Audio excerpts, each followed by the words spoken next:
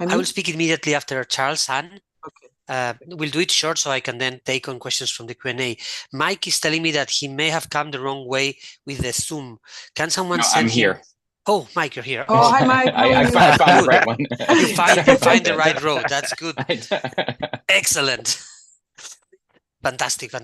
So that's good. That's good news. I was looking at all my emails. I'm kind of running around in many circles. They have a way of disappearing. You just have to Google Zoom and then you might find it. Okay, I think we're all good. Hi, everyone. Yes. Hello, Anjali. Hello. Thank you for everything. Yeah. Thanks. Mike and Jaime, how many people are you expecting? And are they from all over? So the invite has gone to the UNAIDS and PEPFAR people, and also has been shared with our Global Fund colleagues. So that's what we know. I don't know if there's been some registration link or something. The co-sponsors and both globally and at country level as well. Great. Yes, And but go ahead. Yeah, we have ability to host 1,000 on the Zoom link, and then there's also live stream on YouTube. So the last webinar we had about 802. So likely it will be more than that this time. Okay. Wow, that's a lot of people. Okay, I think we're ready to go. It's 2:30.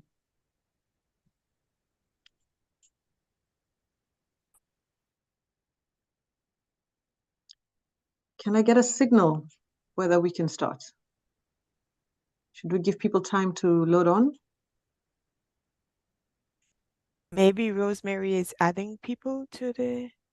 Well, we have a main Zoom room, and then there's, I think, a Teams room, no? Yes, we have the attendees who are going to join with the link, so we're not adding anybody else. I think they will join as they come. So according to the time, I will start recording once I hear Anne starting to speak.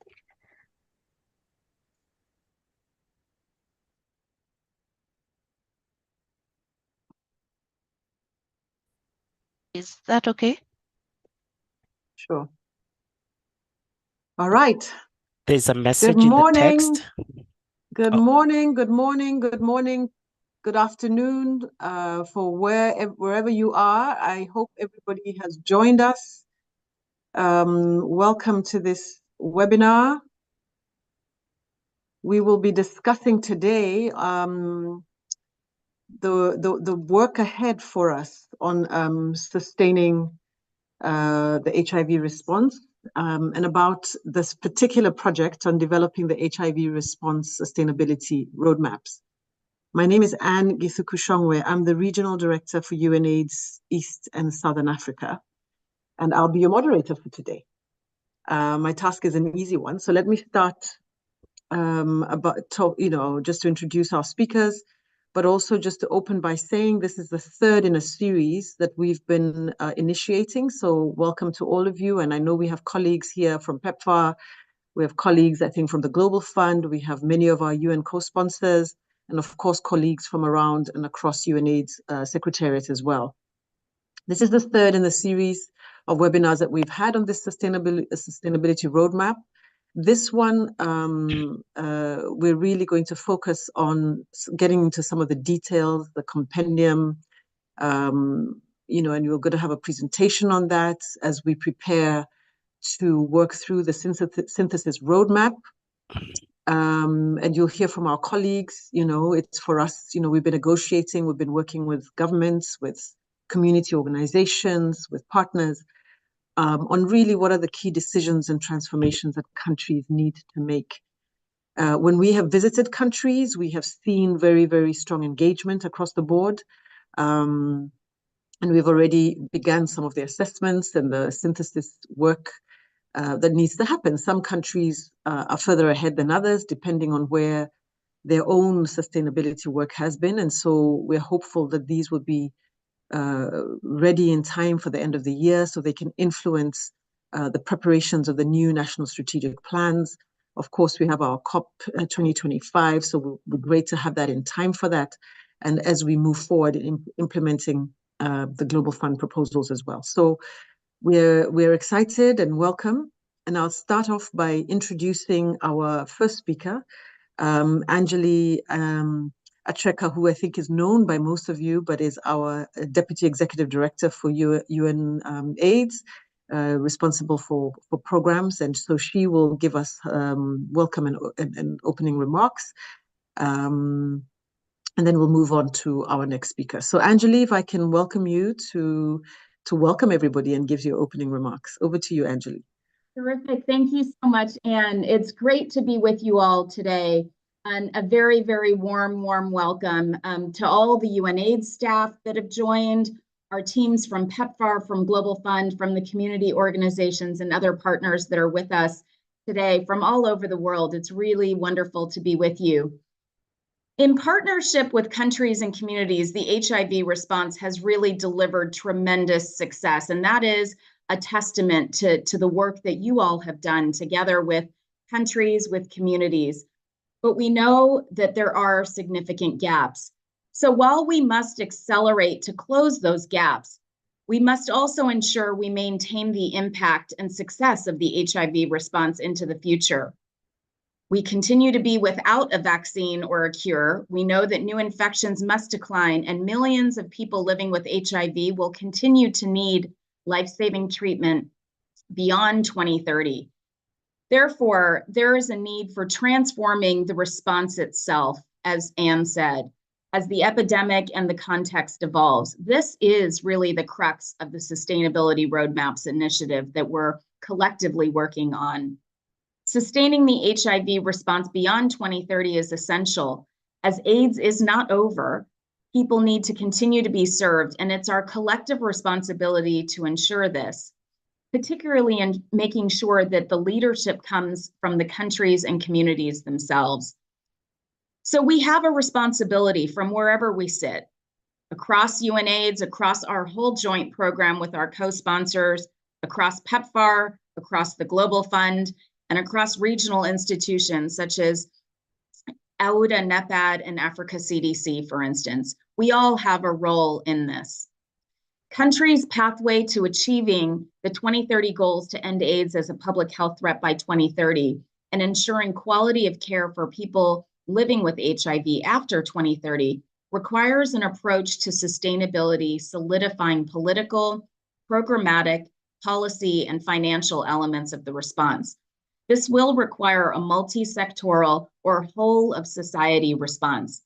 It also requires leveraging the capacity of the HIV response to build stronger health systems with a strong community component so that countries can prepare for future pandemics as well, creating an enabling environment that leaves no space for stigma and discrimination and also contributes to economic growth.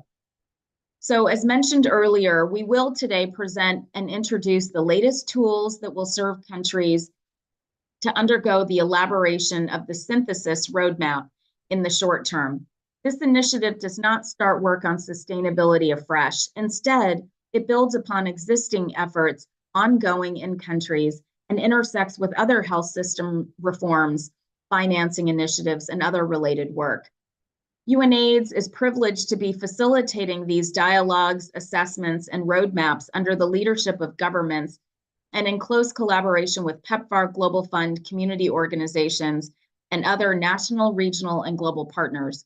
We really look forward to a strong collaboration that continues throughout 2024 and into the future for the assessment stage and the elaboration of synthesis roadmaps, and ahead in 2025, the planning stage of the high-level transformations prioritized in the roadmaps. So with that, I'll stop there and turn back over to you. Thanks, Anne. Thank you so much, Anjali. Really appreciate that. Great opening remarks. Let me now also introduce Mike Raffner, who is the Deputy Administrator, Sustainability and Financing from PEPFAR. We've been walking closely with you, Mike, and really, really happy to have you here.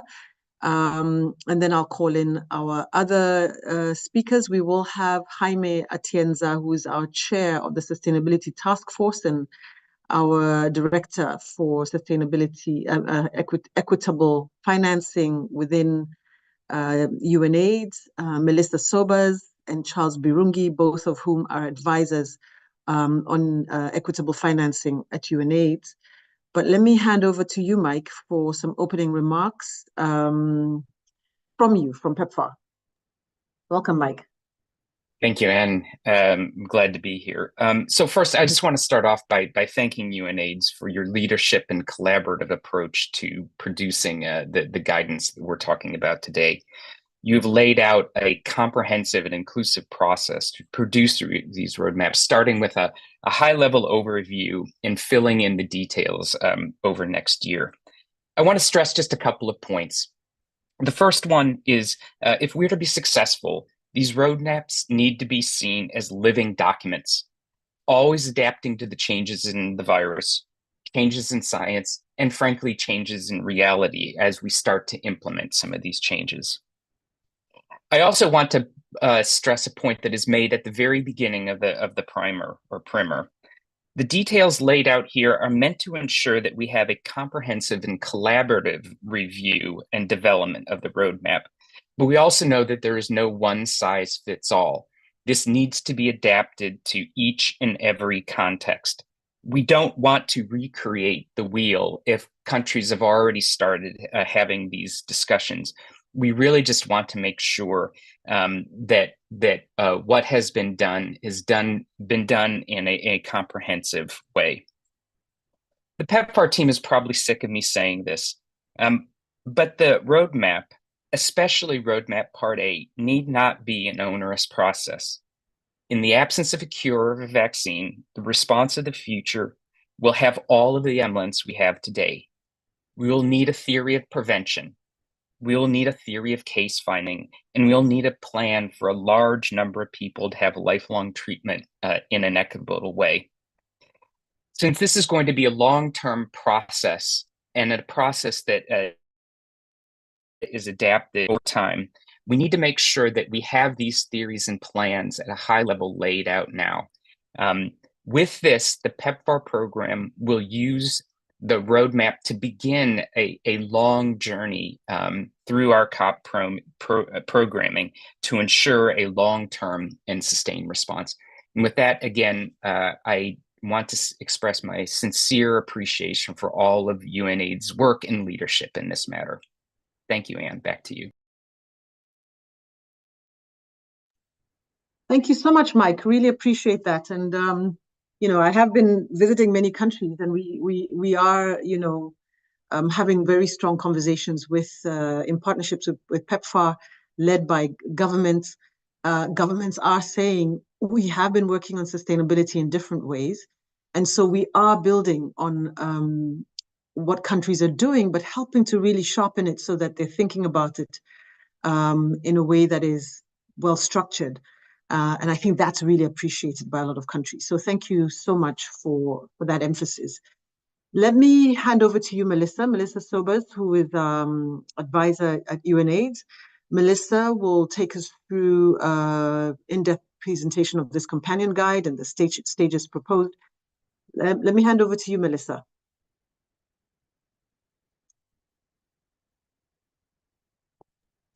Thank you, Anne. Jaime, will you be sharing the slides or should I? Oh, I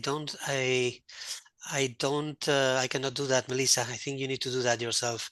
I have my own slides that I will share from my side. Sure. Sorry for that misunderstanding.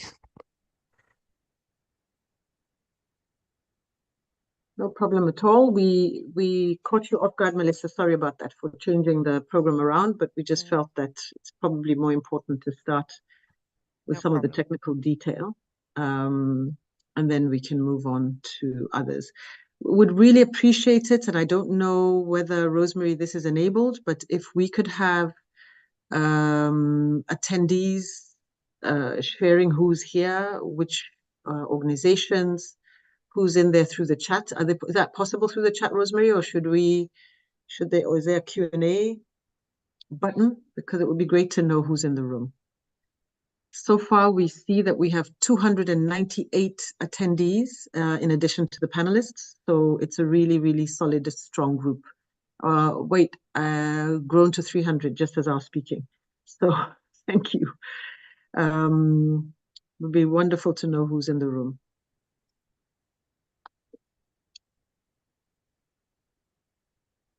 Can you see my slides? We see the slide well. Just put it in slideshow and we're good to go.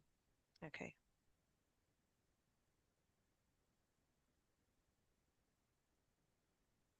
Great. Fantastic. All right.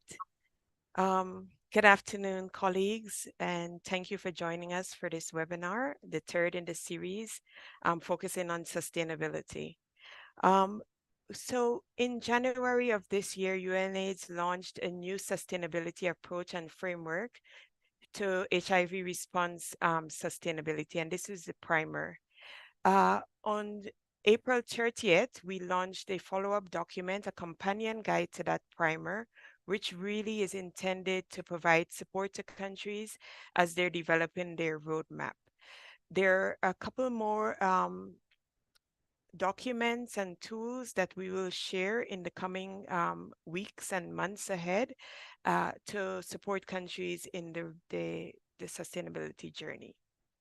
Now, we are proposing a phased approach to developing sustainability roadmaps from phase 1, 2, and 3, which will be covered by roadmap, the companion guide for roadmap part A, as well as phase 4 and 5, which is really the transformation plan and later the implementation and monitoring of sustainability roadmaps.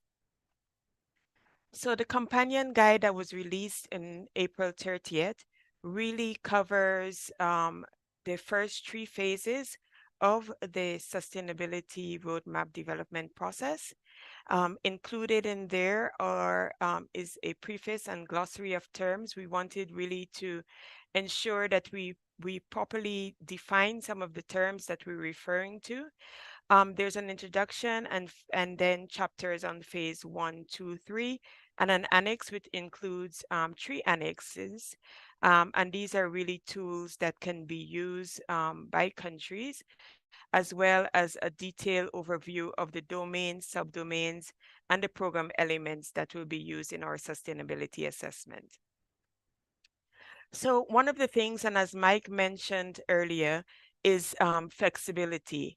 And built into the companion guide is flexibility, because we understand that the pathway towards a sustainable response comes within varying country contexts and varying country complexities. And therefore, this pathway will be varying. While the companion guide is a step-by-step phase approach, it is flexible.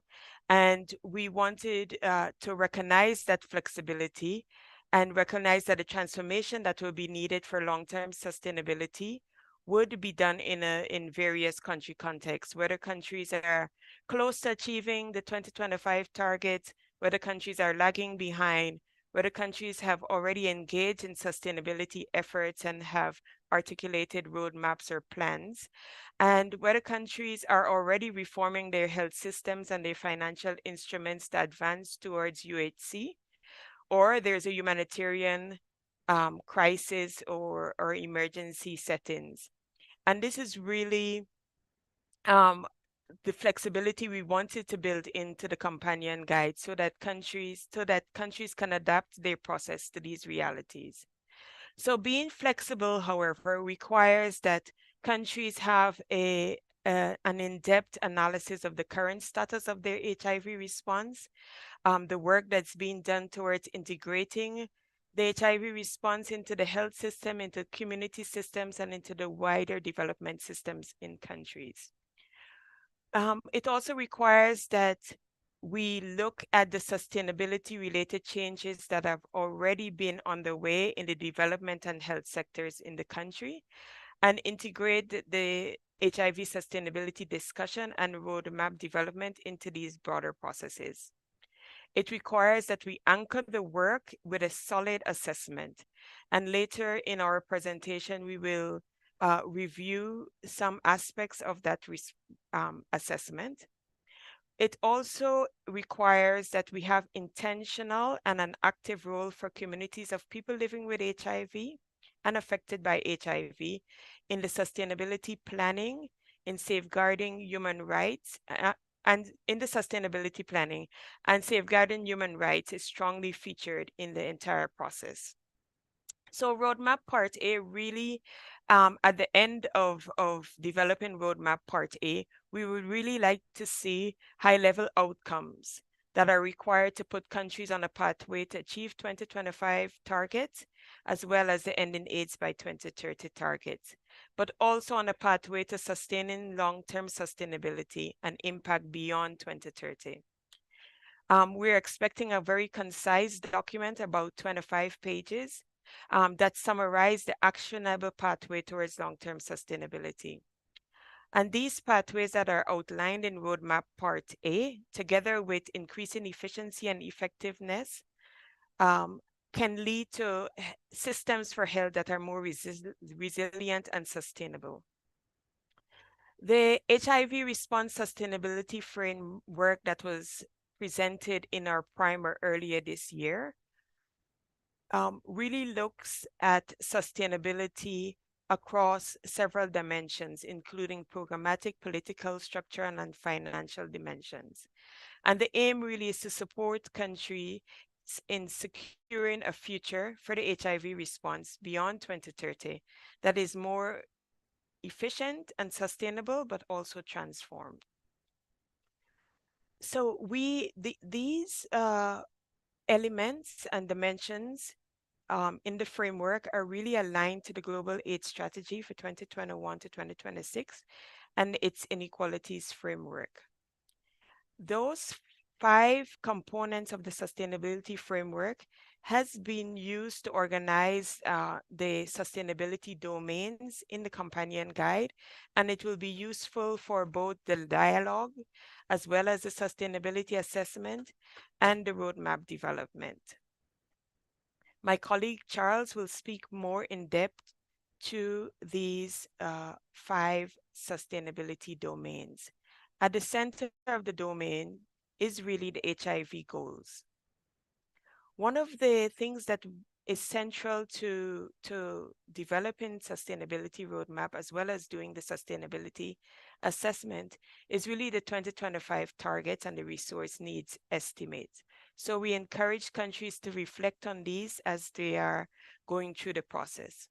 There's also a global process that's already underway to develop 2030 targets and resource needs estimates. And this will be extremely important, particularly in phase 4, when countries start to develop their transformational plans and adaptations that are needed to accelerate progress. As I mentioned, the companion guide for Roadmap Part A has 3 phases, and we will reflect on the components of each of these phases as well as the main deliverables. For phase 1, country leadership and governance. Country leadership and governance is extremely crucial in this process. We believe that this is an opportunity for us to ensure alignment of the HIV response more closely with country-specific contexts and with broader development goals and agenda in the country. Transformation of the HIV response will require extensive and inclusive dialogue and consultation, and it's important that the country leads it, that the government leads this, that the leadership of the country should articulate what is and define what is the structure for oversight, what is the process for development of roadmaps, the coordination mechanism, how this will be communicated and implemented, including specific guidance for how sustainability dialogues will happen and how stakeholder consultations will happen, as well as finalization of Roadmap Part A.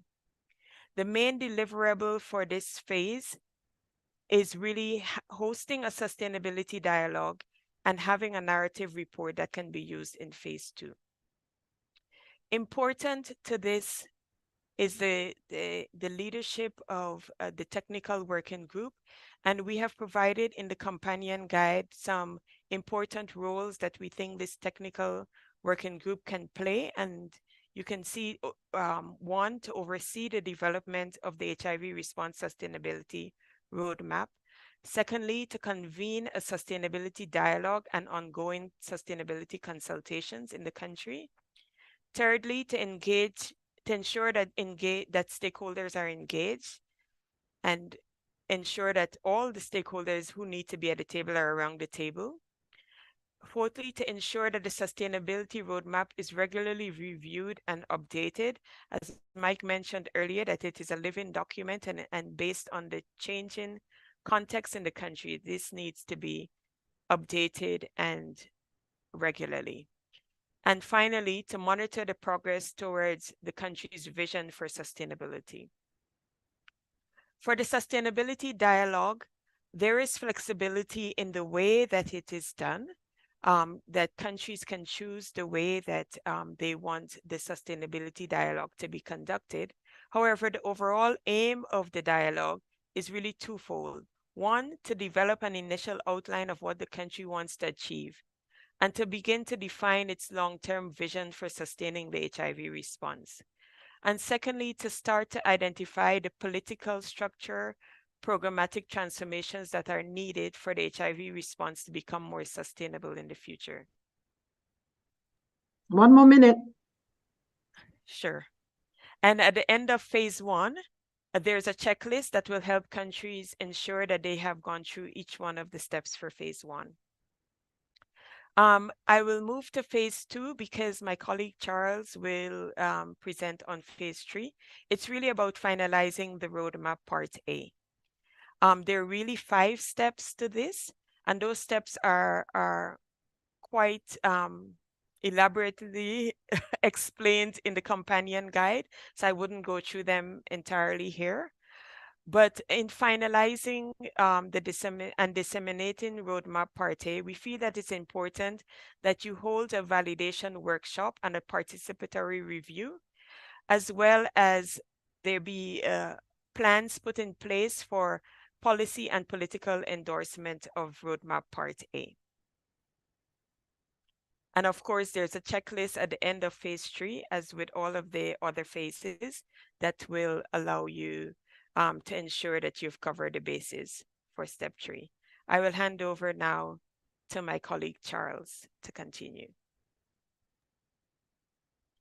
Thank you so much, Melissa. All right, Charles, let's get some more detail. Welcome.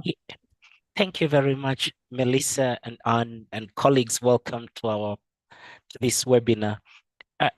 I'll be talking about the phase 2, which is the sustainability assessment, but I'll also talk about one of the tools that we've been working on with Global Fund, PEP, communities, and other colleagues, which is the analytical resource package. Next.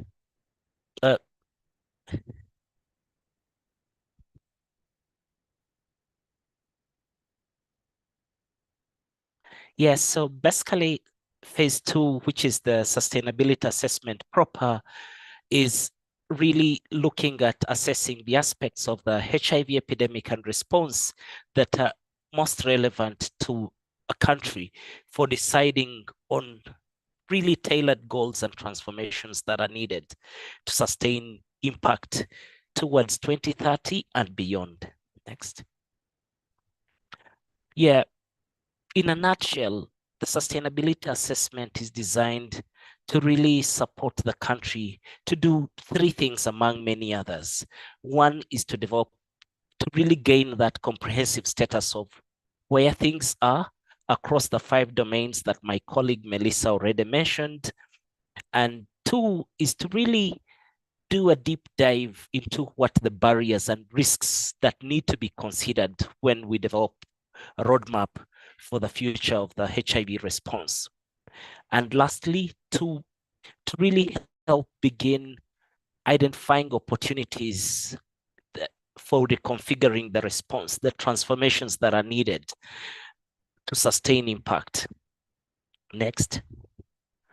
In this phase, and I'll go a bit into details, this phase 2, it's really to facilitate a discussion of sustainability with a laser focus on key program elements of the response and the country's readiness to assume ever greater responsibility for each of those elements. It's expected that the countries will use the assessment to inform the policy dialogues that we mentioned and other consultations that will inform the sustainability roadmap proper that Melissa highlighted, which is in phase 3, the sustainability roadmap part A. And I need to emphasize that it's not a performance assessment, nor does it claim to monitor progress towards achievement of the goals of but really gives a kind of a barometer of where things are on key program elements. And I'll return to that point later. So there are 3 steps that we envisage under phase 2, which is the sustainability assessment. One is to complete the assessment, as I mentioned, which gives to get a feel of the state of play around 5 domains and to begin assessing the sustainability of the various program elements. And then the second step, once that is done, is to really get into wider stakeholder consultation to validate the assessment, the assessment findings. And we've mentioned in the primer before that the process is as important as the product. So it's important that, it's important that the consultations really engage multiple stakeholders. And the last step is really working on developing high-level outcomes, identifying pathways of change, and beginning to sequence the priorities as identified in the first 2 steps. The steps are interrelated. As you can see, there is like a logical flow, though they ought to be completed separately and feeding into the other. Next. Yeah, so we've reviewed evidence, we've consulted between PEPFAR, Global Fund, our UN colleagues, communities, and on the basis of that developed an Excel-based tool, which is the assessment tool.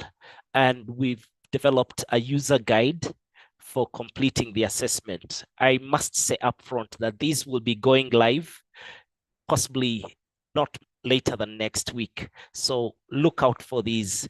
And as apparent, the main deliverable for these phase, the first one is a completed assessment tool in Excel, a very basic tool, and then a report, a narrative report and analysis of the findings, which can be a Word document. And basically, this report will compile the outputs from all the 3 steps, as I mentioned earlier, and begin articulating the sequencing of the outcomes and possible pathways of change for each of the domains. This report will be the assessment report, the sustainability assessment report will be the foundation on which the sustainability roadmap part A will be developed, will be best, which is in the phase 3 that Melissa mentioned. Next. Yeah, we could go next. So not to repeat myself, these are the 5 domains, and I must say are across which sustainability will be assessed, because they cover both the political dimensions, cover the programmatic and epidemiological dimensions, but as well as the financial dimensions. They can be completed not in any linear order. They can be completed depending on where you want to start from. Next. So on the basis of these 5 domains, we have 21 subdomains, and I've put a graphic here to show the 21 subdomains. They are detailed to some extent in the companion guide Part A that was released on 30th of April. And because the assessment really focuses more on the program elements, we have 125 program elements in total in the tool that will be released next week. Next. Yeah, so in the first step to complete the assessment, the sustainability assessment, we recommend that, and we already articulated this both in the primer, but also in the companion guide, a working group, and that the working group ought to be familiar and they will be the ones to complete this, and they can have invited stakeholders. And we emphasize invited stakeholders. Basically, the working group we ought to have latitude to invite people based on their expertise to join on an ad hoc basis to support the completion of this assessment. And we envisage, in line with the principle that Mike mentioned, that it ought not to be a lot of heavy lifting, that it could be done over one full day. And during the assessment, when basically what will happen is the working group will assess these program elements and rank them, whether they are low, medium, or high sustainability priority, but they are those other elements that the country stakeholders in the working group might deem as not yet resolved if there are multiple views even within the working group going in multiple directions or not currently a priority. So there are 5 options through which any of the 125 program elements could be ranked. Next. 1 minute. Okay, thanks, Anne. So basically, we provide guidance, and I will show examples of some of the tools of the domains, how that could be addressed. Next. So this is one domain, political leadership. Basically, we have the program elements are expressed as questions, and it can be a yes or no, and then you go on to document whether it's a low priority or high priority or medium priority. But importantly, the tool uses a lot of notes, and I think it's important that stakeholders document the richness of the discussions that will be going on. Next. Next. These are just more examples, and thus the presentations will be shared. The other is on stakeholder consultations and reviews to validate the findings. Basically, that's where the working group will present the findings to have them validated by a wider multi-stakeholder group. And we have a recommendation that really intentionally countries meaningfully engage not only people living with HIV, but also key populations, adolescent girls, to allow for a generational dialogue. Next. We can go.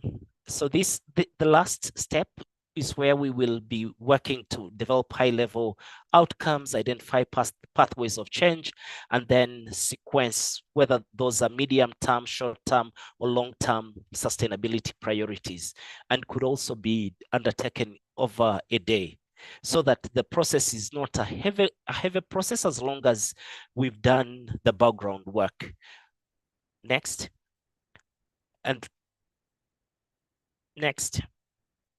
This is the second last slide. Sorry, Anne, it's about a resource that we are putting out through a tripartite arrangement between UNAIDS, Global Fund, and PEPFAR that we are calling an analytical resource package. Basically, it's presenting data that countries have shared with UNAIDS and other stakeholders, data that is out in public domain. We've packaged it, and to really inform, say, a lot of things on the country's sustainability landscape. And we believe it will be valuable for supporting decision-making at various stages. But I ought to highlight that 3 things. One, that there will be a more detail. So here you will see it's a 3-page country profile. Every country will go on and find 3 pages.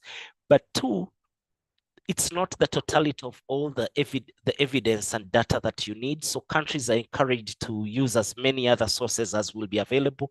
And lastly, in the first quarter of next year, UNAIDS will be supporting countries with epidemiological modeling and resource needs estimates to be able to inform the kind of policy choices the country needs to take to be able to achieve the 2030 targets and the 2030 goal.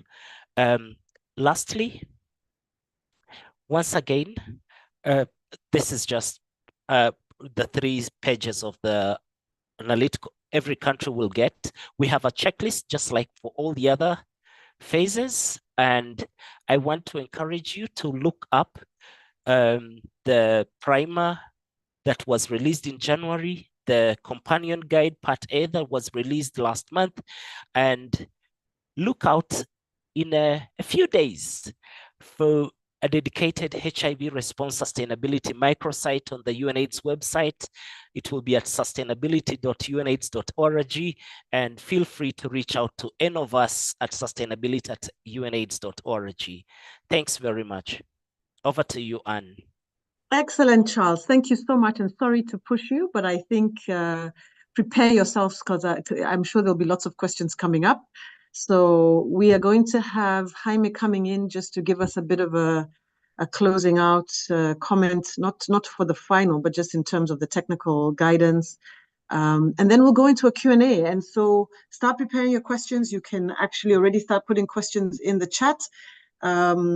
Sorry, the chat function itself is not on, but the Q&A function is available. So you can put your questions there. Look at all the claps and thumbs up. So Charles and Melissa, thank you so much for that. Let me hand over to you, Jaime. It's interesting, Jaime, we see your face, but the name says Charles Birungi. So we just want you to know that you are not an imposter, that you are still Jaime. So go ahead, Jaime. Okay. So it has been, thank you very much, and it's such a pleasure to see you, and it has been such a pleasure to listen to Charles, myself, and Melissa presenting all these quite detailed, sophisticated, and very precise tools that have been developed to make life easy for everyone. So it may feel overwhelming when you get the presentation and you get the full PowerPoint, but it's really the purpose of it all is to make sure that we can help do the easy things. It's like when you are I guess this is I don't know if I'm making a music comment or a football comment. If it's a music comment, it's like a jazz band that knows perfectly the standard, and then you can play and tailor it your own way so that it sounds as it needs to sound, to be adapted to your own needs. So let me just say thank you for everyone for this amazing work. Also thanks to Mike and his team and the whole USG team, and to other colleagues from Global Fund, from WHO, from community organizations for their comments in this stage. I just want to share a couple high-level comments. I'm not going to go into a presentation except to show one slide only, because I think visually it does help to see what this thing is about. I just want to make sure that we are all on the same page in relation to what are we trying to achieve, because there are all these tools, there are all these instruments, there is a process, there are dialogues. It's going to be flexible. We want it to be adapted. Some countries are in one place, some others are in a different place, but at the end of the day we are trying to get everyone to think about how does the response need to be transformed so that it can be sustained in the long term. And we want to start now because we have, or there are sufficient resources, there is an important base of international support, and there is sufficient political relevance, but we also have a challenging context, a challenging fiscal and international context, a challenging context on foreign aid, a challenging context on the competing domestic priorities of countries. So we need to be aware of both. So that's where the opportunity is. We want to get this opportunity, think anticipating what needs to come next so that countries can be on the driving seat of the transformations that are to be happening. So all those different stages, all those different moments, the getting together, the dialogues, the assessment, trying to make it, we try to say broad but not deep, so that we can talk all the topics, but then focus and define high-level outcomes, and then discuss at a country level and converge on what are the priorities, so that we can do this in a relatively short term, and as Mike said, in a simplified process, not in an overcomplicated process. So that's the opportunity we want to make very, very clear. Flexibility and adaptability. In some cases, we are seeing countries that are going from an HIV alone perspective, so focusing very much on the HIV response. In other countries, they have broader challenges. They want to talk about them in an integrated manner that have to do with health systems, that have to do with health financing, or with other dimensions. What's relevant is that we, from the HIV perspective, can answer those high-level questions, can assess what the status of the sustainability of the response is, and how to think together how this needs to look, what this needs to look like in the future, and take steps. Let's do now this high-level sustainability roadmap, a brief document with the key transformations, to then take next steps on for implementation in the plans to come, be those the PEPFAR COP, the reviewed or the next iteration of NSPs, so countries' plans, or the next cycle of Global Fund. All those elements will be fed by the reflections in this sustainability roadmap dialogue that is looking beyond 2030 in what I think from the United Nations perspective is a little bit of a groundbreaking thing, because as we are all trying to focus on, or all the agencies are trying to focus on how to reach the 2030 finish line, we are well aware that the HIV finish line is not in 2030, it's going to be there in absence of a vaccine and a cure, as Anjali said, and we need to plan for that. So let me stop here and just share with you that there are going to be resources we have in UNAIDS and also with our partners, resources to provide support at country level. We have financial resources, and UNAIDS has a part of those financial resources that have been agreed with our PEPFAR colleagues. There are also resources coming from different partners at country level that will allow to move ahead through the different stages of this work. It's also critical to understand that this requires a collaborative approach. So UNAIDS, we can say, is leading, but no, we're not leading. We are facilitating. We are serving all the different parts in this response. We are helping governments. We are ensuring community organizations that they will have a role and they will have a voice, and we try to bring together the different partners with their different circumstances so that we can reason and converge into plans that make real sense for impact, for the results that we want for people. And so always keeping in mind that long-term means people living with HIV beyond 2030 need to live good lives, or the best lives they can live, and this needs to be long term. So that's why long-term sustainability is so important. As I'm saying, this is not a financing exercise. So I lead the equitable financing practice in UNAIDS, and I've been commissioned by our leadership to bring together all the different thematic teams. But we have the data for impact team, the science and services team, and the quality and rights for all, the human rights, communities, teams, all of them are coming together. And in that same spirit, we have created an advisory committee that will meet for the first time in the month of May with the membership. I'm going to just briefly show with you on screen. Let's see if I can. Yeah, I can see this. I'm sharing now the wrong slides. No, it's the right slide, but I want to go for this one. That's the most visual. And I think it's nice to see the faces of some of the people that we have requested to join us in this advisory committee. The advisory committee is having a secretariat that is going to be formed by PEPFAR, Global Fund, and UNAIDS. And then we have this list of people with Naomi Shupala, Director of Primary Healthcare in Namibia, and Elhaj Assai, the former Secretary General of the International Federation of the Red Cross, as the two co-chairs. And then we have government representatives, civil society, regional bodies, experts, and and some of the co-sponsors of the UNAIDS program, such as WHO, UNDP, and the World Bank. I'm just sharing this slide to make sure that we understand that this is an overarching approach. We want to hear governments, and we want to help in bringing the learning, the South-to-South learning, the country learning, so that different situations, even across geographies, can be a good example for each other. So we will provide platforms for that purpose.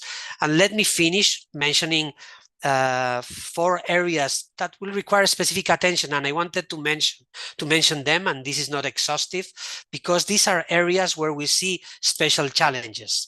Integration, the integration of HIV with other diseases, the integration with the specific diseases, the integration of the systems, the integration of the services. This is a big issue for many countries. Many countries are trying to see how to strengthen universal healthcare, how to strengthen health systems, how to strengthen all the social systems in countries. HIV is a part of that, has been more standalone in some cases, more integrated. I think discussing the degree of integration, different perspectives, when it makes systems stronger, it allows for better impact, when it creates efficiencies, etc., is going to be very important. And it will also make the case on how the HIV response contributes to stronger health system, to these, we could call it positive externalities of the investments in HIV. Of course, HIV and social sector financing, from debt to taxation, resource allocation matters for the future at country level and globally. All that has to do with procurement of medicines, systems, regional and local production, so that treatment is secure in the long term. New products are secure to arrive and reach everyone, and also community systems roles and special attention to key populations and human rights. There is a much longer list, but I wanted to mention this because these are some of the items that I've been hearing in many conversations with country colleagues, in the concerns of many community and civil society partners, and we need to keep that in mind.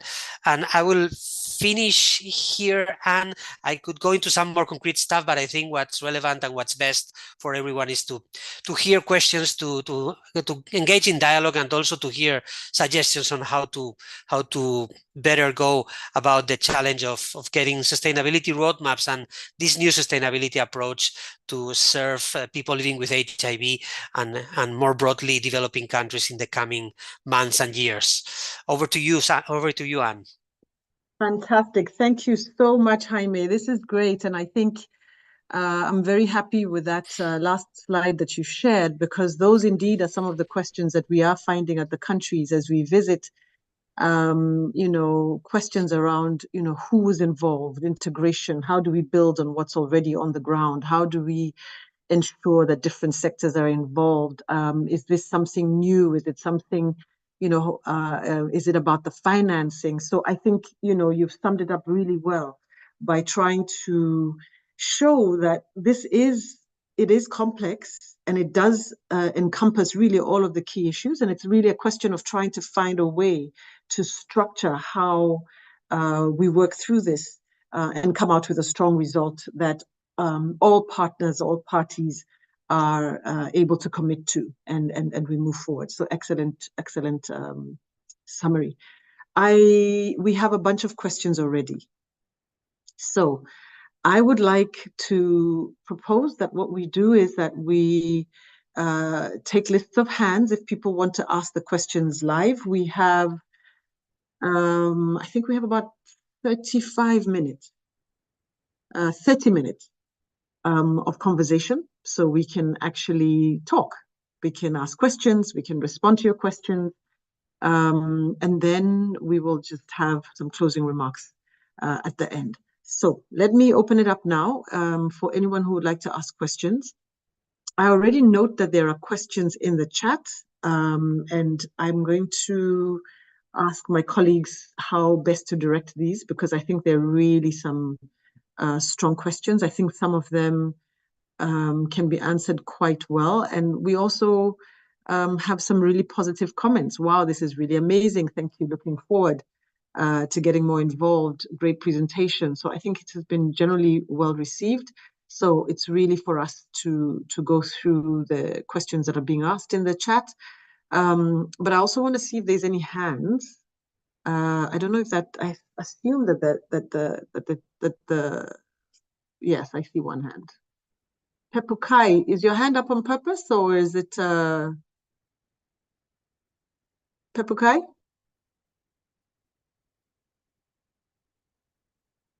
Pepukai Chikukwa is our country director in Lesotho. I see your hand up, Pepukai. Oh, was it an error? Sorry. Okay. All right, no problem.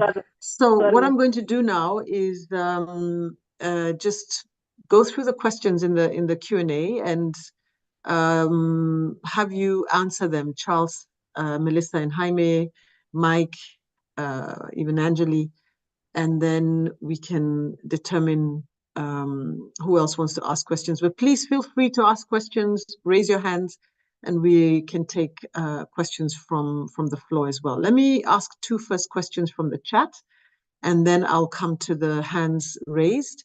So the first question to you, Melissa, and let me see, what was the first question? The first question is from Godfrey from USAID. Has the tool been piloted somewhere? And is there flexibility for countries to opt for a country-specific or additional data to assess current state beyond a yes and no assessments? From experience with SID and responsibility matrix, these yes and no questions have been unrealistic to use the result of the assessment. Thank you, Godfrey, for starting with a great challenge. It's a good one. I can see Charles smiling. Let me add one more, because I think these are some very good, strong questions. This is another one. It's somebody anonymous. But I know you're speaking on behalf of many different voices. What's the guidance to countries in the middle of the assessment phase, and yet they're already planning their NASAs? How best do we link? Does NASA fit into this assessment tools at all? Let me go to a third one, because I think you're big enough to write these all up. So the third one from Shamamu. Thanks for the presentation and congratulations for getting a lot done. Is there a suggested timeline to go through the 3 phases? Also, a bit more understanding needed on my part to understand why not do the assessment first and then validate that in the country dialogues and make this a lighter process. One comment is that this process needs to be funded, and we'll need to address how this process is funded. Thank you. So let me stop there. Let me give you a chance to give a couple of responses, and then we'll go to Nish, who's got his hand raised. I assume it's Hi. Yes. Hi. Thank you, and her. So really great to hear these presentations, and it's been a joy to work with Jaime's team on the work that's being done in Ghana around sustainable financing. So my question also, please introduce yourself, Nish, from where? Sorry. Yes, I am Nish from UNAIDS Ghana office. I'm the Science Systems and Services for All advisor. Thank you so much, Anne. So my question is, when we identify significant gaps in domestic resources for achieving the 95-95-95, what are some of the ideas around messaging for keeping countries committed to achieving that global target? In Ghana, we see the shortfalls, they're so dramatic that I think, some of the conversations have hovered around, well, is it feasible? Do we have the resources to still actually achieve the 95-95-95? So I'd love to hear some thoughts from the colleagues on messaging and keeping them engaged and focused on the targets, as well as prioritization. Thank you so much again. Thanks, Nish. Jaime, tell me, should I take another question, or would you like to respond? I think we have already a good number of them. Okay. I will start going through some of them because I've been taking notes and I was looking at the Q&A. So if I missed some things, you can discipline me back to actually answer the questions. That's an important one. I think I'm going to take some of the ones that when what Nish was telling us now is yes, isn't it really discouraging when you see that there is a gap that is too big to fill and what needs to be done. I think we do need to keep calling on the domestic and international financing. So I think it's time to keep calling on shared responsibility for financing, but also in finding the best ways of using the resources to their maximum impact. So that's part of what an assessment will need to bring us. Where are we seeing the gaps? Where are we seeing the needs? And where, therefore, we will need to be focusing. We need to transform the response, but also how do we drive impact? That's part of what needs to happen. Also, there are some other alternative sources of financing that may need to be explored, and this may differ from country to country. Different kinds of financial instruments can be utilized, and different sources of financing coming from development banks or other development finance institutions can be mobilized for particular aspects. Those are the kind of things that are relevant. And then also looking at the trends in the prices of commodities, the procurement systems, and the quality of all those elements. Of course, health financing systems, the possible new health taxations, growing the fiscal capacity of the country. What we know as a result of experience is that HIV financing and health financing grows mostly as a result of economic growth. And the problem we have is that we have low economic growth and low tax collection in many places. So those are problems that exceed the HIV response, but that need to be tackled definitely. And as I say, there are some directed or tailored instruments for that purpose. I was also taking note of some of the questions on whether what to do about NASA's. Does NASA work well with this process? And what we think is that what we are trying to do here is do an assessment with what we know, but as we advance, and in our ideal plan, this is a short period of time when we are doing this initial assessment and discussing the priorities for the roadmap, and we use existing data.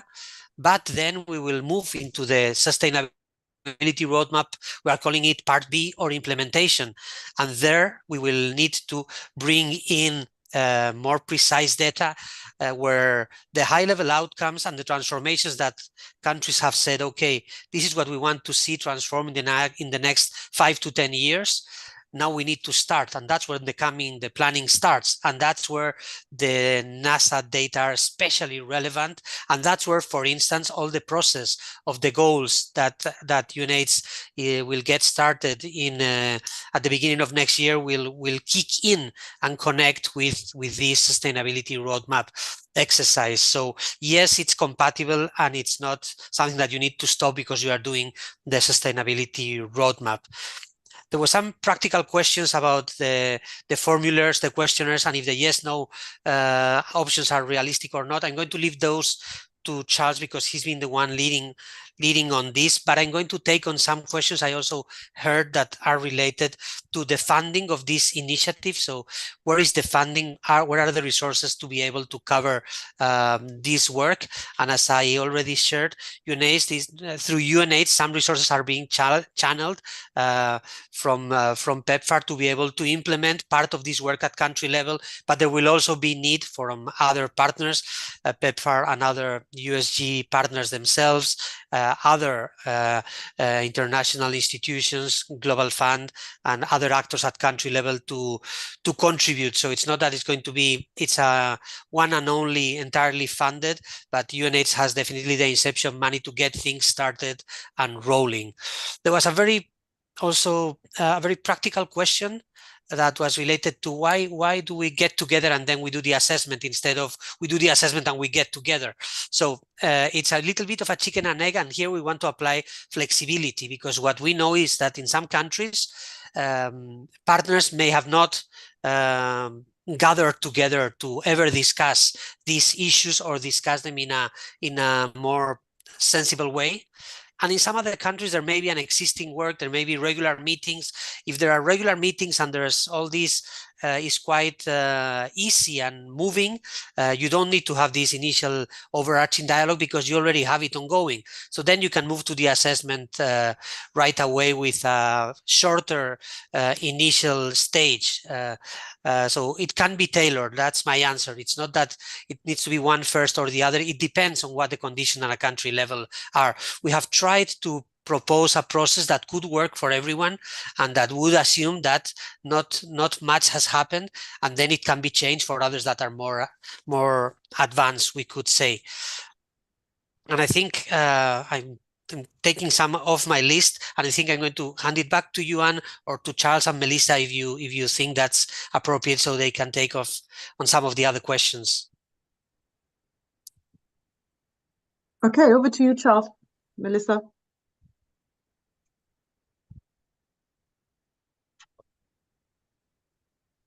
Yeah, thanks very much. I was looking at Melissa trying to figure out who goes first. Yeah, so there was a question on the analytical resource package, country profiles being available. Some of them are accessible already, I believe, through the embedded link that is in the companion guide. About at least over 50 countries' profiles are accessible there.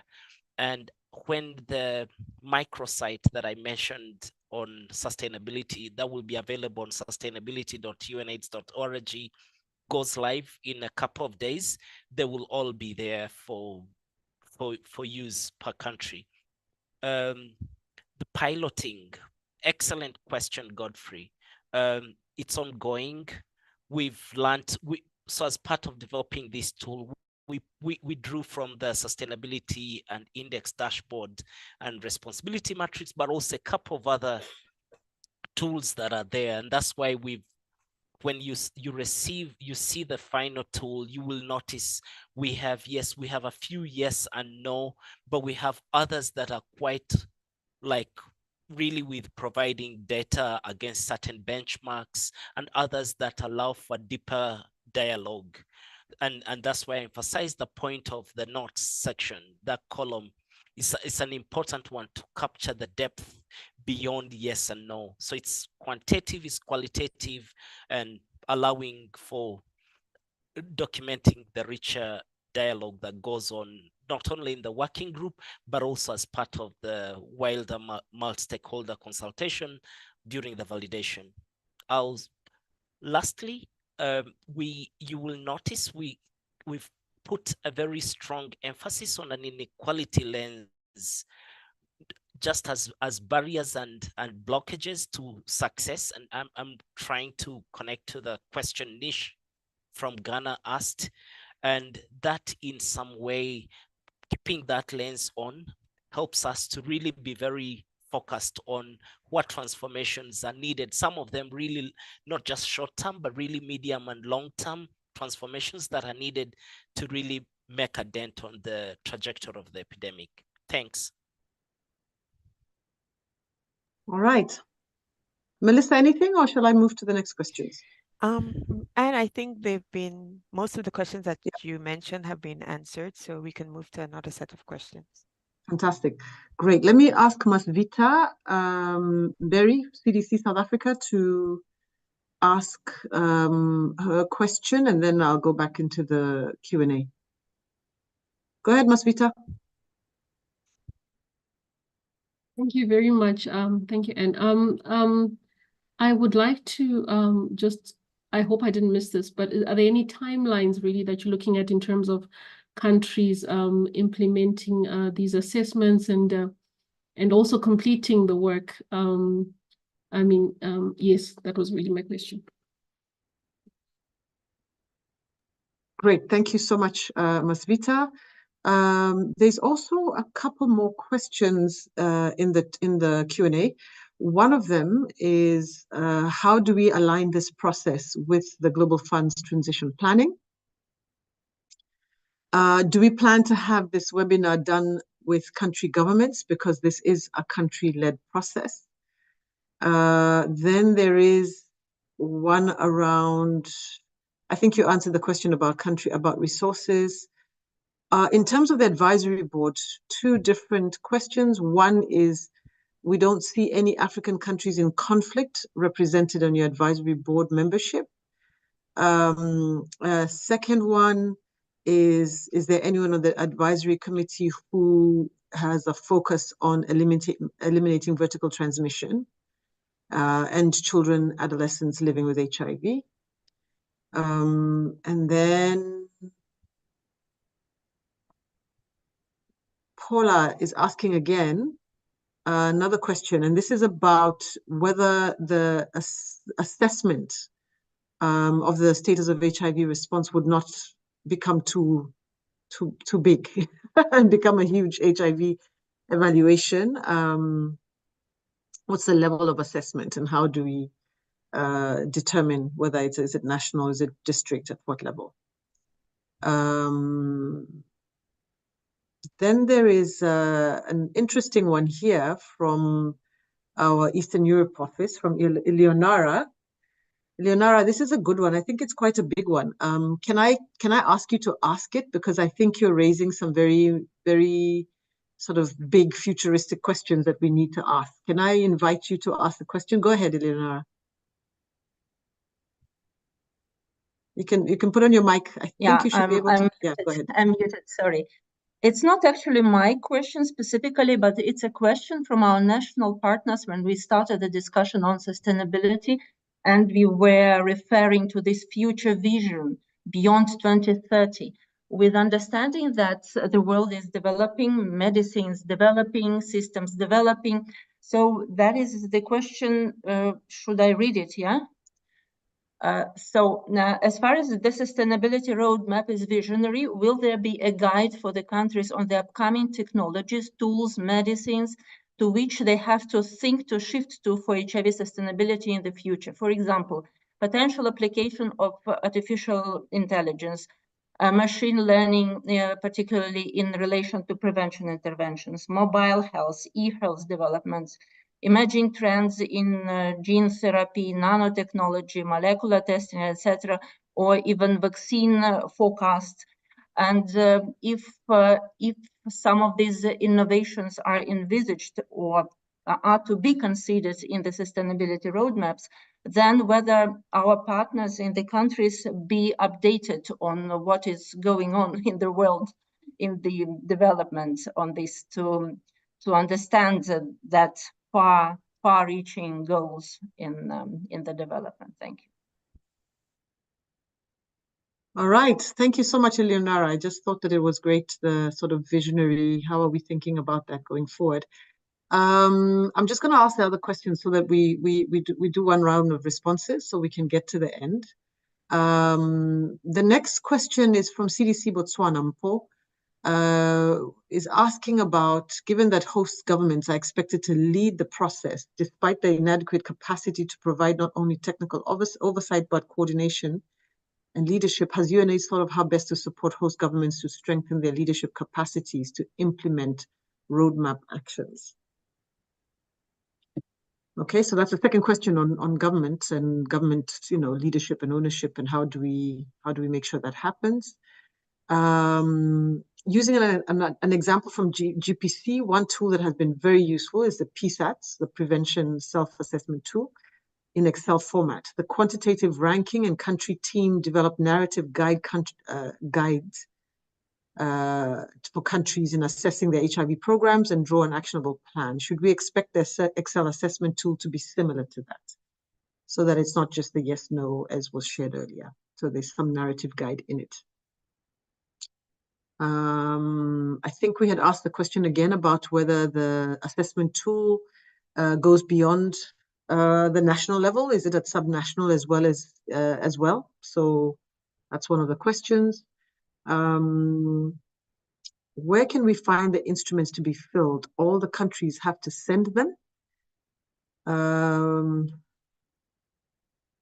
Then the question again about the timelines. When do we need to start and to complete this country reviews? Mike, there's a specific question to you from UNAIDS Zambia, who are asking, could you kindly elaborate a little more on the 3 points you made on the theory for prevention, a theory for case finding, and a plan for long-term treatment for those on ART? One more. I'm sorry, I know there's a lot. Oh, maybe there are too many, so I have to come back. Okay, I'm going to stop there. I think there's a bunch more. Let's see whether we can get through. We have 10 minutes, and then we have to get to closing. So I would have liked to get through the questions, but there's a bunch of them. Let me see whether they're similar.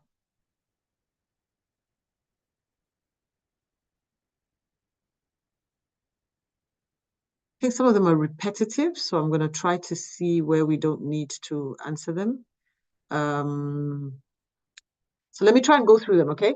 So take notes, please, Mike and all other colleagues, so that we can just get through them. Otherwise, I don't think we'll be able to make it back, and I don't want to miss key questions. So there's a question about how the many investment cases developed by countries will build on the sustainability roadmaps. How are we linking the existing investment cases? Do we have a priority list of countries to reach the targets accordingly? And how do we prioritize them? And do benchmarking for the rest to follow? Again, a question on transition readiness and what is the link between the assessment tool and this transition readiness tool?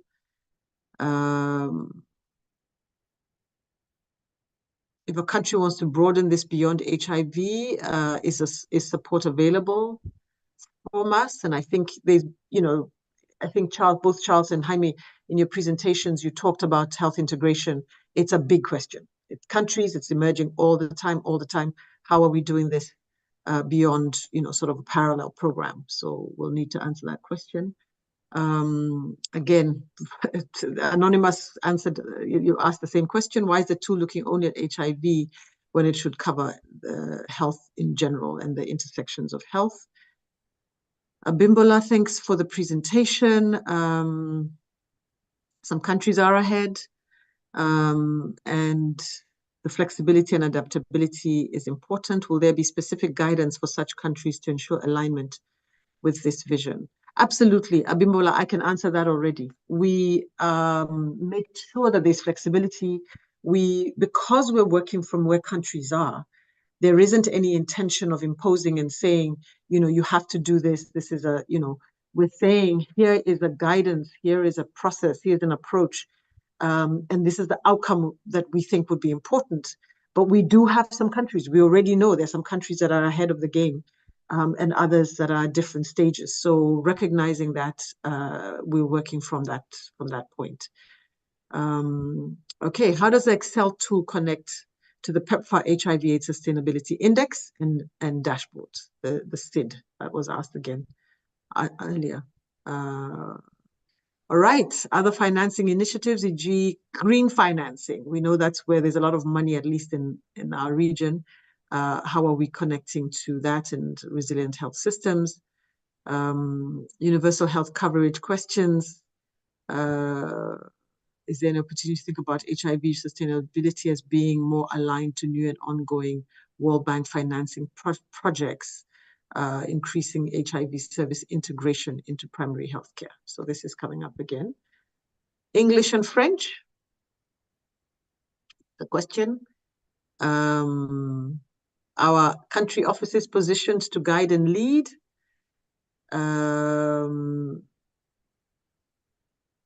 Is it fine to extend the number of recommended domains? So one of the questions discussed by stakeholders in Tajikistan was including adding people/communities domain. Is it fine to extend the number of recommended domains? Could we combine the process of developing the national strategic plan in Indonesia with that of this sustainability? And then the sustainability roadmap becomes a section of the national strategic plan. There's a setting the country goals. Country goals are informed by the global goals and that are not yet available. I'm not mistaken. How do you see this process going forward? Okay, so again, this is really about how to integrate into other processes, but also making sure that we are aligning to country goals and global goals. I think that you'll be able to answer it as we're talking in general about the planning. Not to overcomplicate the process, however, 125 sub-pieces is also complex. Being multifaceted, sustainability certainly isn't easy. I hope countries are enabled to prioritize and have a focused approach in moving forward with the tool. Okay, I think I'm on the last 2 or 3. Until what year exactly is the roadmap expected beyond 2030? Is it okay until 2039 or is it 2045? Will the roadmaps eventually replace the future NSPs? What about non-PEPFAR countries moving forward with sustainability roadmaps? How do we make sure we're not regurgitating the same ideas? Can UNAIDS kindly revise the PowerPoint before sending it back based on the questions that are being asked over here? Domestic financial sustainability is a crucial element.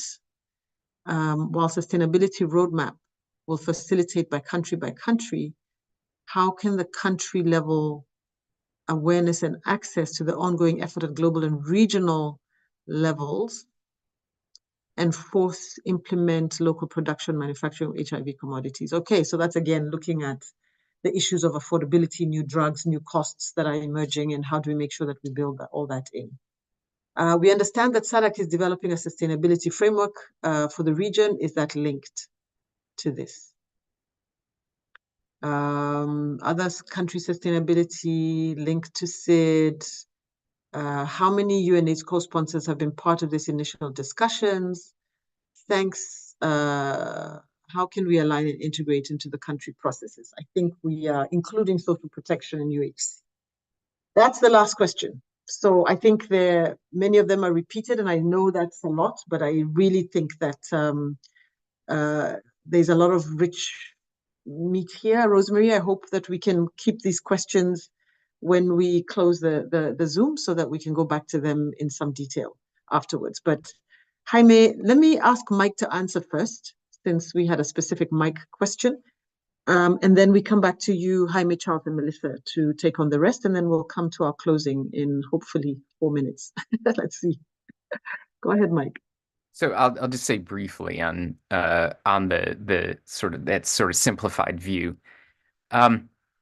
First of all, there are a lot of things that we needed to address the emergency. There are a lot of things that we had to do to scale up to get to the level that we are. For the PEPFAR program in particular, we need to be thinking about how we look at these in a much more efficient way. How do we scale to what the specific need is right now? And then over time, I think about this in a very, very concrete way. Let's just take the idea of a theory of case finding in the future. Right now, it's very clinic-based. Not that that won't end in the future, but we need to be thinking through in very specific modalities. What are we going to be? How are we going to do testing in ANC? Is there still going to be a TB clinic and we'll still have testing there? What's the role of self-testing?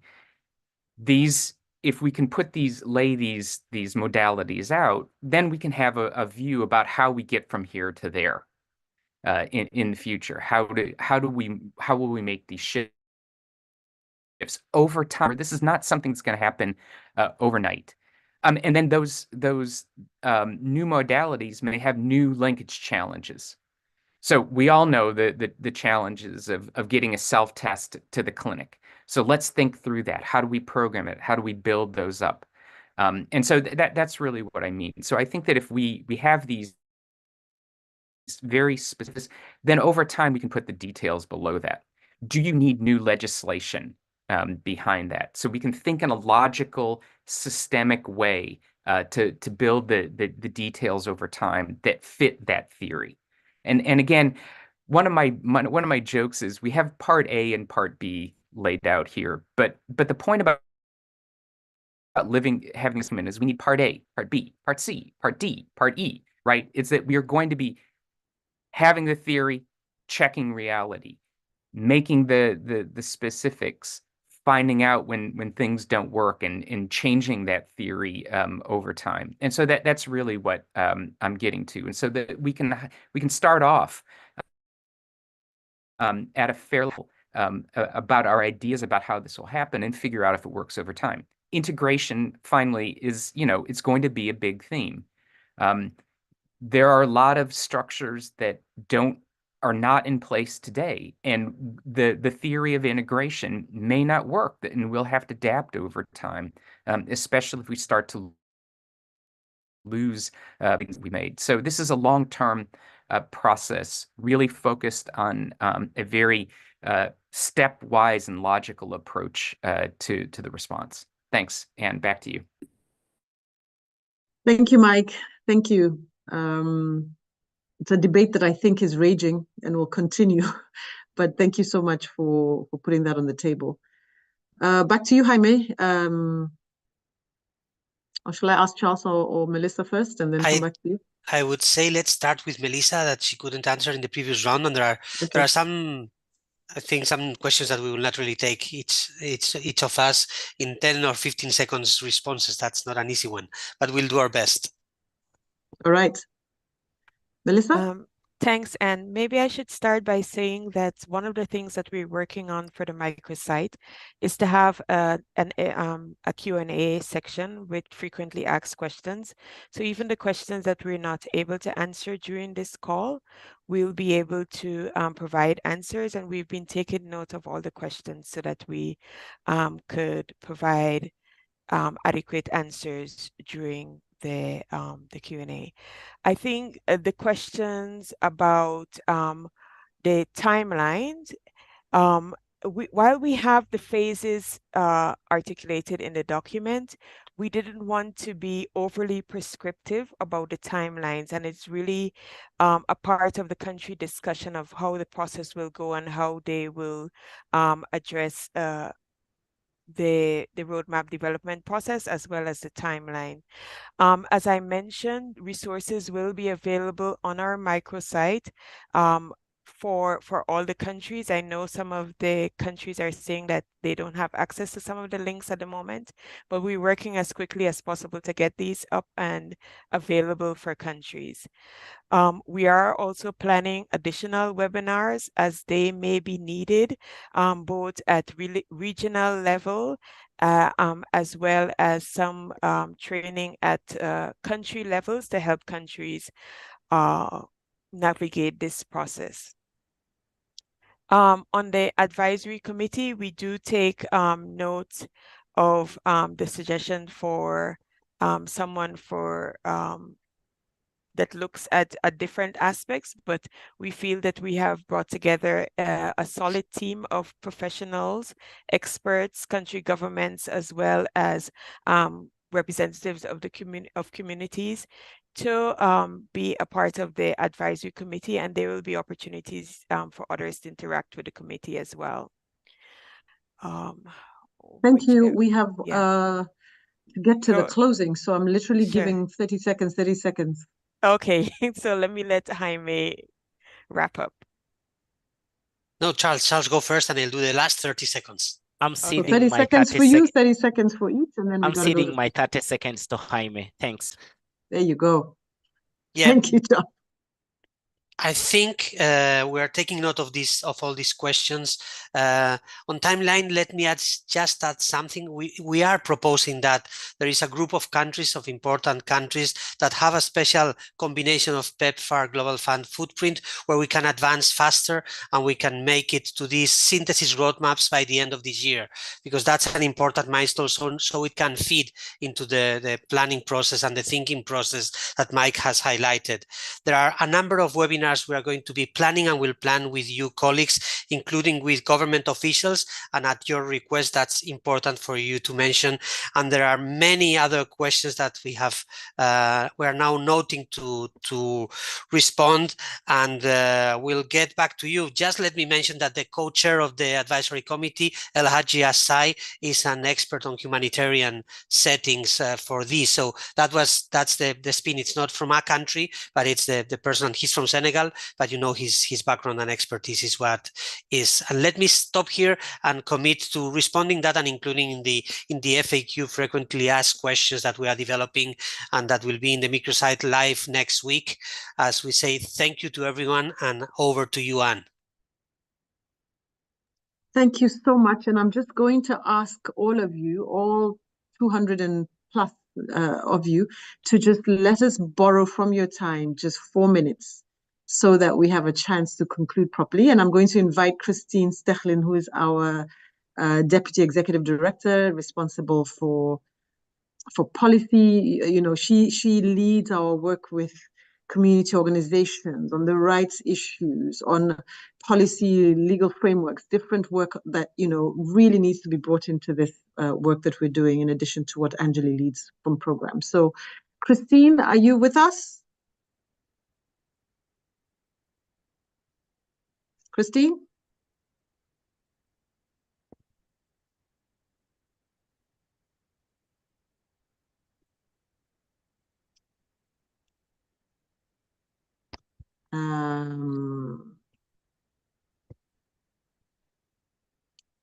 Can't see very well whether we have Christine or we don't. And I don't see Christine.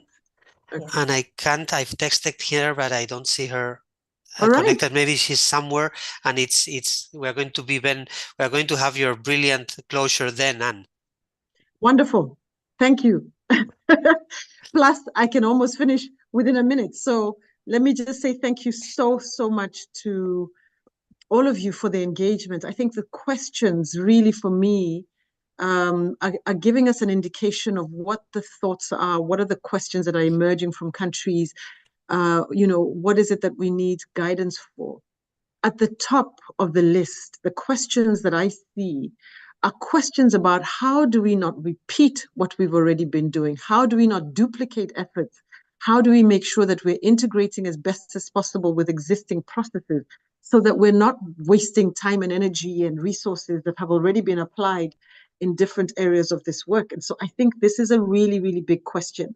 I think the other question about country leadership and ownership, for me, increasingly, I see that our governments stand up very strong and tall and proud, and they want to lead the processes themselves. I don't think that we even have to go through a process of persuasion, because countries themselves are concerned about this issue. So it's really a question of the approach. And I know from working with many of our country directors that governments are already working through this. I think one of the things that I know that is emerging is a little bit about how do we make sure that we still have the multisectoral side of our HIV work engaged.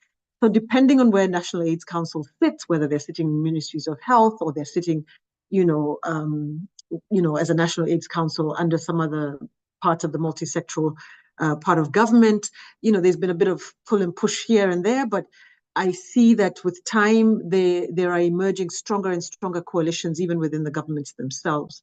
And I know governments are asking the questions about integration. They are asking the questions about, look, we already have this process underway. We're already thinking about health financing processes and health taxation and different tools, and we're exploring all of this. So I do think that we need to just go in there with a heart that is clear that this is a government process. And so there will be differences. We cannot expect that this will be a cookie cutter outcome. We are going to have differences from one country to the next. We have those who are leading, who are already ahead of the game. We have those who haven't started yet at all. And there are different capacities at the country level, and we recognize that. And so this is built and structured to be aligned in that way so that countries move at the pace that they need to move. But of course, we know that we want to be able to push as fast as we can so that processes underway for investments next year are caught in time. And so whatever we can move in 2024, we move. And then we see how that can influence the NSPs and influence the COP process, the Global Fund processes or implementation. So, and obviously the countries themselves. Somebody asked a question about SADC, and we have been very closely involved with them. They are involved and engaged in health financing dialogues under the leadership of the African Union. The African Leaders Meeting is both the East African community and the SADC, and I understand that they're trying to push this also across West and Central Africa. So in those countries, from the region, they are having the conversations about integration, and we are making sure that this conversation on HIV is part of the conversation on health financing in general. So I think the key is to make sure that all these processes are brought together. It simplifies work for governments, but it also helps us to be targeted where we need to be targeted, and to be able to ensure that there are simplicity in the way that we move, even with all those, many processes that we're talking about in the Excel spreadsheets. But I think that we will be able to come out with stronger and stronger tools if we adopt a learning mindset, that as we go along, we make the adjustments. And so your questions are really valuable. And I think that frequently asked questions guide is probably one of the most useful. And yes, the webinars will keep coming. So look out for the webinars, and we are available if they're necessary at the country level. If you want them at a regional level, we are ready and will respond as is needed. But thank you so much. Thank you to PEPFAR for the partnership, Mike and team, and our thanks to the ambassador as well. We want to thank all of our co-sponsors. There was a question about co-sponsors being engaged. We have seen co-sponsors engaged at the country level also, and they have been participating in the process. It differs again depending on which country, but of course we want us all together to move forward strongly, because our programs we do all together, and so how we stand together really is up to us. We don't want to impose anything. We want to be stronger together. So from us, thank you very much for your participation. Thank you for your engagement. Really feeling all the love and all the, we're ready to move. So thank you, and congrats to the team. Jaime, Melissa, Charles, Mike, everybody who's been engaged in this process. Thank you so much. Good morning, good afternoon, good evening, wherever you are. Thank you. Thank you. Big thanks. Thank you.